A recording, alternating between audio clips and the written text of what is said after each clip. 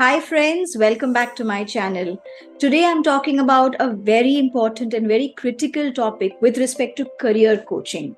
Now, in the phase of career coaching, a lot of people approach me and ask me that why am I not getting promoted despite repeated efforts in the right direction?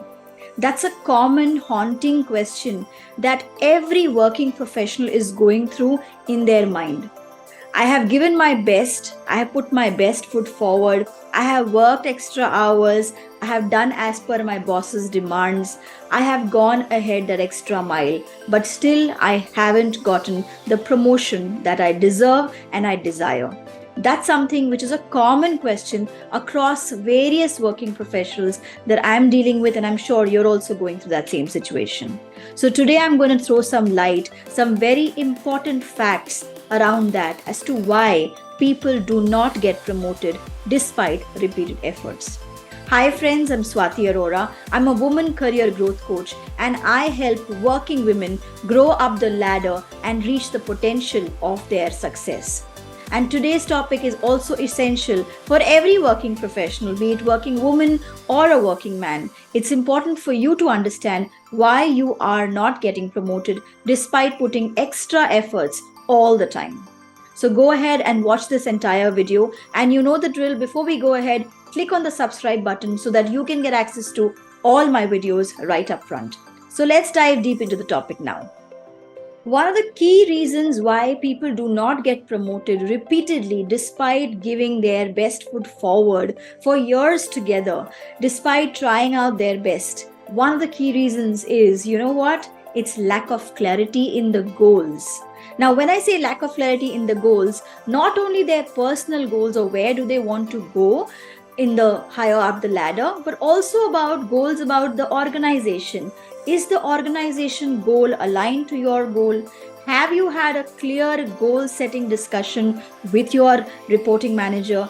Have you had a clear KRA, which is key responsibility area, chalked out, and a clear KPI matrix defined, which is key performance indicator matrix defined for your career for their entire particular year?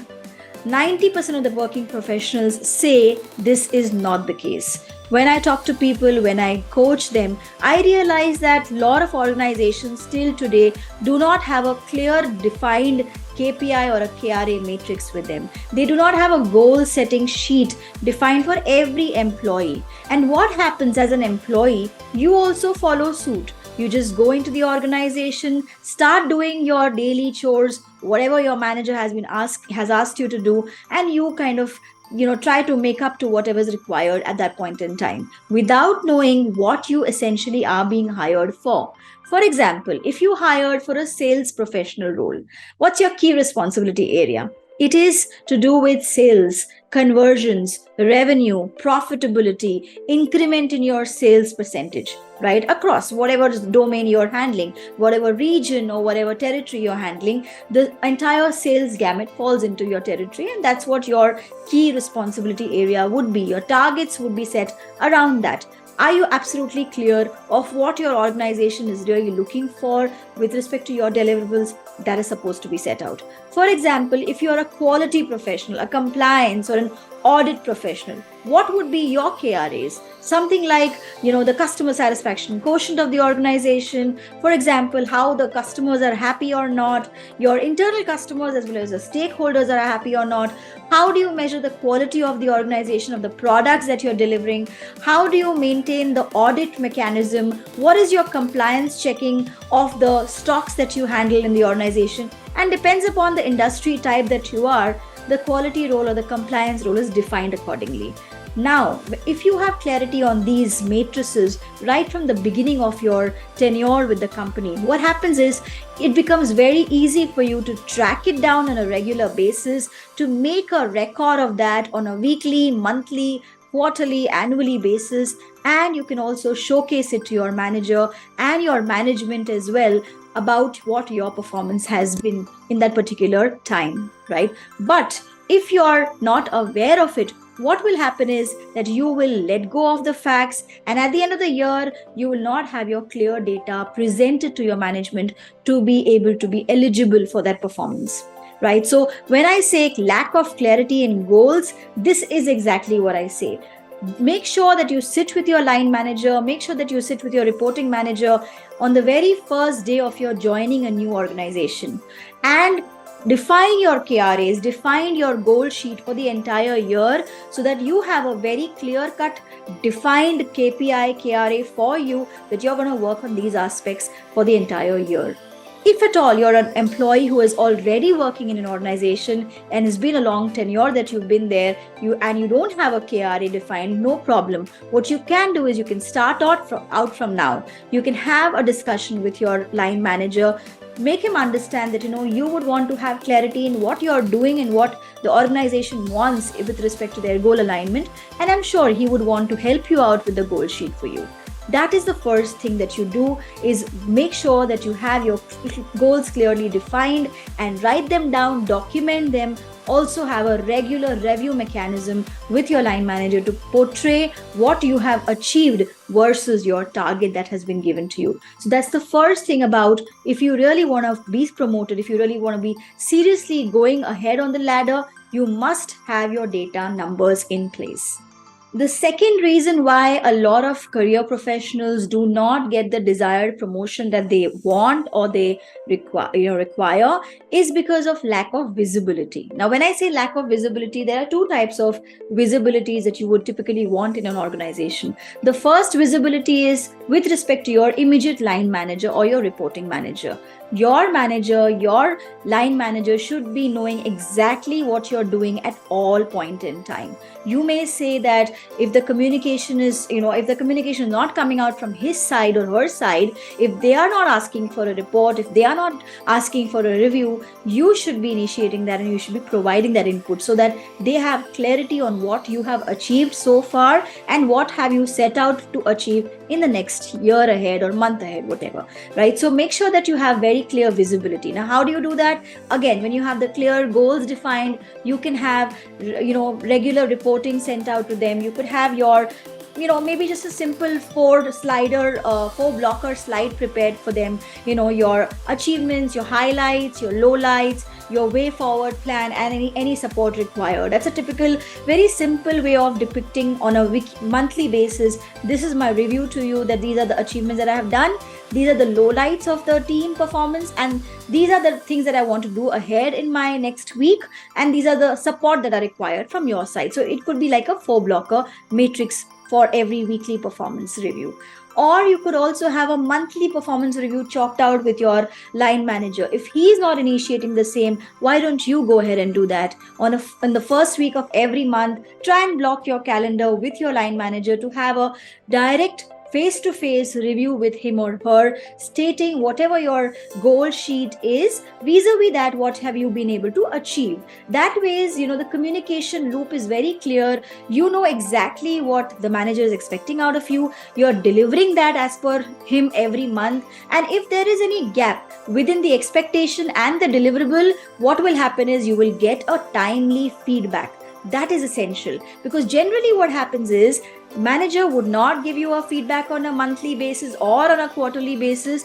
He would just wait for the end of the year for a performance appraisal review, and that time you would be shocked, because all this while you've been thinking, I'm doing a great job, I'm doing exactly what my manager wants me to do, I'm a top performer of the company. But hey, what your manager says is that, my dear friend, you haven't done anything, you haven't done what we expected you to do, and that is why you're not eligible for the review or for the performance appraisal. That's when your heart is shattered, right? And that's when all the problem happens. Lack of communication, lack of visibility. So the second step for any promotion, if you're really looking for a serious promotion, is do not avoid or ignore your bosses. Go chase them for a review mechanism. Please make it a habit that you get your review done every month, if not every week. every month, first week of the month, go get your review done, solicit feedback, work on the feedback, and showcase your performance. That ways you will be happy that you're communicating the same to your boss. Your boss will be happy that he knows exactly what you're doing and what you're not doing. Okay, so that's the second step on building visibility. Also, you need to build visibility with your stakeholders, with the senior management. In case there's, obviously there would be lines of hierarchy in your company, at least one up with your, apart from your line manager, should be aware of what you're doing, because there are instances of office politics, corporate issues, or people taking credit for each other, right? And there have been a lot of instances where the line manager himself or herself has taken credit of your work. So just to avoid all of those nuances, what you could do is, on a monthly basis, when you're having the performance review with your boss, prepare a small newsletter, a small PDF document, maybe a 2-pager PDF document of all your achievements, all your team performance, etc. The data points mentioned very clearly in a tabular format, and just roll it out as a newsletter so that everyone in your department, everyone in your stakeholders, especially your one up senior manager, knows what you're doing. That way you will safeguard your position, and you're also not jumping the gun. You're not breaking the hierarchy. You've done your review with your manager, and then you have showcased your performance to everyone else once he has agreed with it. So that way you can build your visibility within your organization. The next reason why a lot of career professionals do not get to the desired promotion that they want is because of skill gap. Now, while efforts are very, very important and very crucial, if you don't make an effort, you won't reach anywhere. But if you're lacking the basic skills of being in the job, or basic skills to be able to deliver the job with finesse, if you're lacking those skills, elementary skills, obviously no matter how much effort you make, you will not be able to get promoted to the next level. So it's important for you to recognize what are all the skills required for you to do a good job at that particular level. Whatever level you are, whether you're at an executive level position, whether you're at a managerial position, whether you're at an executive senior level position or a senior leadership level position as well, every job role has a particular skill set or has a particular technical capability requirement that you must learn about and you must get fulfilled, right? If you're working in that particular capacity. For example, if you're a manager working in an IT company, maybe something into deployment, or you're developing a software, you're handling a software development team, what could be your typical technical roles or your skill set that would be required? With respect to technical, obviously, if your team is building software, they're using all those Java, Python, all those tools, you need to be aware of those tools as well. You can't have a situation that your team is all equipped and you don't know anything about it, right? So you need to have those technical skills. You must possess your managerial skills as well. You must be able to handle the team, allocate tasks efficiently. You must be able to take review with them. You must be able to give them feedback effectively on a timely manner. You should be able to communicate openly and clearly with your team members. You should be able to do an unbiased justification of your team. So all these form part of managerial capacity, right? With respect to your own skills, your own softer aspects or soft skills, you should be able to build interpersonal skills within your department and outside the department as well. Being a manager, you need to liaise with various other departments, right? It's not just like your center of contact is only your team members. You're going to liaise with other team members as well. How well are you able to communicate with them? How well are you able to navigate your work around the organization? All those skills really comprise, put together, and then they will form a good role defined for yourself, for your position, right? So you must first learn in your role that you're doing right now, what are the core skills that one should be having minimum to be able to exhibit performance in that particular role. I'm sure every organization has a JD which will have a clearly defined role description there. Please go through it if you haven't gone through it already. And whatever tasks you are supposed to do, you should be able to get yourself acquainted with those tasks completely. Now, just to give you an example, a lot of times I've seen people, technical professionals, they are very good in their technical skills. skills. They're absolutely good masters of their craft when it comes to developing software, developing great applications, and doing solutioning for the clients, etc. They're absolutely wonderful people with respect to the technical bent of mind. But when it comes to communicating, when it comes to talking, when it comes to interpersonal skills, when it comes to getting work done from other team members or other departments, they have a problem with that. They are not well acquainted, they are not skilled enough to do that. Now, if you ask me thoroughly, honestly, this kind of a position, I would say, despite the fact that he's doing his core job, but he's not a 10 on 10 or with respect to the role that he is doing, because employers today want a holistic person in their team. They do not want a person who is all ticks on only technical stuff and zero on emotional quotient or human management or people management. That's something which all employers are looking for these days, so that you should be able to deal with clients, you should be able to deal with internal customers, external customers, do your manage your team effectively, do your communications with everyone properly without any conflicts, without any difference of opinions. All those all these are facets of performing your role to the best. So please go ahead and check the skills required to do your job efficiently, and if there are any gaps, please start documenting them and make a calendar, make a plan on how you want to get rid of those gaps. How do you want to upskill yourself to get rid of those gaps? For example, if you are low on communication skills, if your assertiveness quotient is a problem, go get yourself enrolled for a course on assertiveness. There are so many courses available. For example, if you lack on feedback giving skills to your team members, you observed some problem there, go get yourself a course on feedback and coaching. For example, you're a very good people's manager, but sometimes people take advantage of you because you're not being assertive, or you're just being a people's manager and not a company-centric person. Go get a business acumen course enrolled. So there are so many courses available, there are so many upskilling options available, but you must first understand the gaps in the current skills that you need, and then only will you be able to upskill yourself. Another reason why a lot of people do not get promotions or do not get to the next level, particularly from a IC role to a team management role, is because their managers do not think they are ready for a managerial role or for a team management role. Now, you may be absolutely wonderful when it requires working in isolation, doing your job by yourself, being a team player and doing your job along with all the team members. You could be excellent in that. But for your manager to promote you to the next level, he needs to know whether you have those team leadership qualities or not, whether you have the people management qualities or not, whether you will be able to stand out and take responsibilities and kind of defend the team all by yourself, whether you will be able to solve all the problems given to you from the senior management and kind of allocate all the responsibilities to your team members effectively.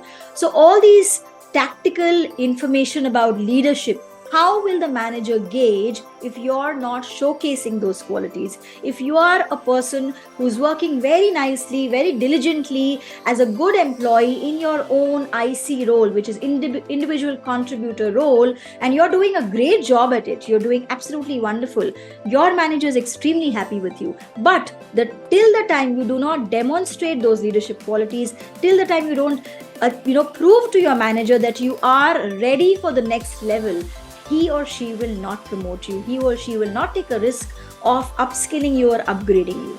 Now, a quick tip is that how do you make sure that you live up to the next level of the manager? That's what they say. When you are able to live up to the next level, only then you get the next level, right? So how do you do that? Is by taking additional responsibilities. Showcase to your team manager that yes, you are now ready to do your job plus take on a couple of more other responsibilities. That's the way you'll get to the limelight. Second is take on some leadership qualities. Maybe you can take some, get some delegation work from him. You could say that, maybe you can assign to me a couple of projects and I'll do that by myself and I'll showcase it to you. That's one good way to showcase showcase to your manager that you're getting prepared, you're preparing yourself for the next level. You could also have a little bonding structure with your team members and try to elevate yourself automatically from that to become a leader material. That ways as well, you're showcasing to your manager that you do exhibit those leadership qualities and the team is looking up to you as the next leader in the round. So that these are some of the things that you could do: taking additional responsibilities, doing a separate an extra project for him or her, or you could also showcase additional responsibility as a leader. You can show your leadership qualities by bonding with the team and going up, right? So those are some of the ways where you can nurture and you can showcase your next level skills. They say the next level skills, how do you upgrade yourself, is very important. And once you show that, once you demonstrate that effectively to your manager, there is no reason why he or she would not promote you if they have a position vacant. Yeah. While these were some of the answers or reasons why people do not get promoted, and these were options which were in your control, like lack of clarity, lack of visibility, or upskilling yourself, or going up to the next level, those are things which are under your control, where you can really upgrade and you can push for a promotion for yourself. But there could be, on the contrary, there could also be a lot of companies, there are a lot of companies where there are limited opportunities. I mean, particularly if it's a small company, if it's a mid-sized company, or maybe a startup, you wouldn't have many opportunities growing up the ladder. There could be a very linear hierarchy there. There could not be too many layers there. So in that kind of a typical structure, you may not get the possible avenue that you really are looking for. What do you do in such kind of a situation? When you're working in such an organization, you could upskill yourself, get yourself acquainted to the next level roles, understand what the one up person is doing, and try to model them, try to kind of imitate them, try to understand the process in which they are working, so that you get to that level of understanding of how they are managing the team and what kind of role they are portraying.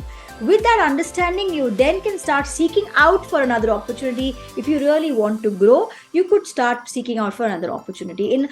Especially in smaller organizations, you tend to learn a lot more, because a lot of people are doing multi-dimensional roles. You're not doing just one singular linear role like that, right? So you could learn a lot of things in a smaller organization, and that you could go ahead and adapt yourself and use for your benefit in a larger organization at a larger position as well. So that is one way where you could, even despite having limited opportunities, you could make best use of the learnings that you've got from that particular organization. And another reason why a lot of people do not get promoted despite having all the skills, doing all the efforts and everything, is because of our very well known organizational dynamics or organizational politics. Now that's something which none of us can shy away from, none of us can run away from, right? It's just like when you go to a college, you are going to get bullied. That's exactly what happens when you're in an organization, whether be it big or small. There are corporate politics everywhere. There are going to be such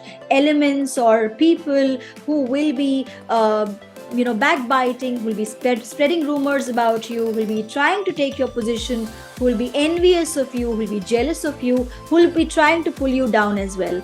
All you can do is I would not say be oblivious of them. Make sure that you're mindful of them being around, understand their intentions, and try to just keep yourself calm.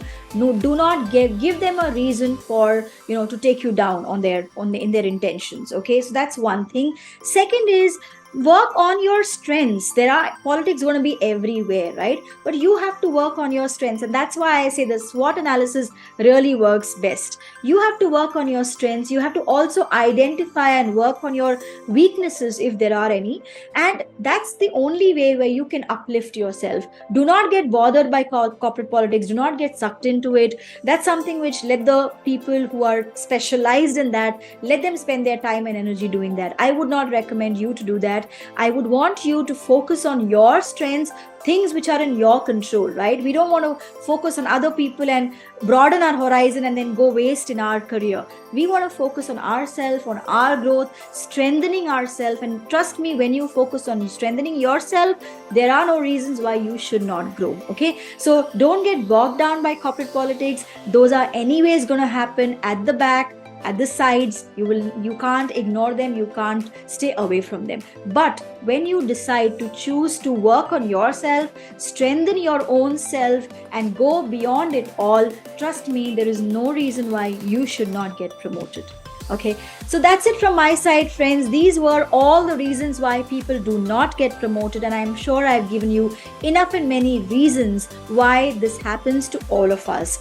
Nothing to fear. I'm going to come back again and share with you some important tips what you can do if you really want to be successful. What you can also do is you can attend my Career Elevation Mastery webinar, where I teach you how to master the craft of getting promoted, getting a higher salary, getting your dream job in just 3 months. So go ahead, click on the link below. I've put my webinar link there. You can come there. I'll be live in front of you, teaching you how you can actually speeden up your career, skyrocket your career right from tomorrow, right? So I'll come back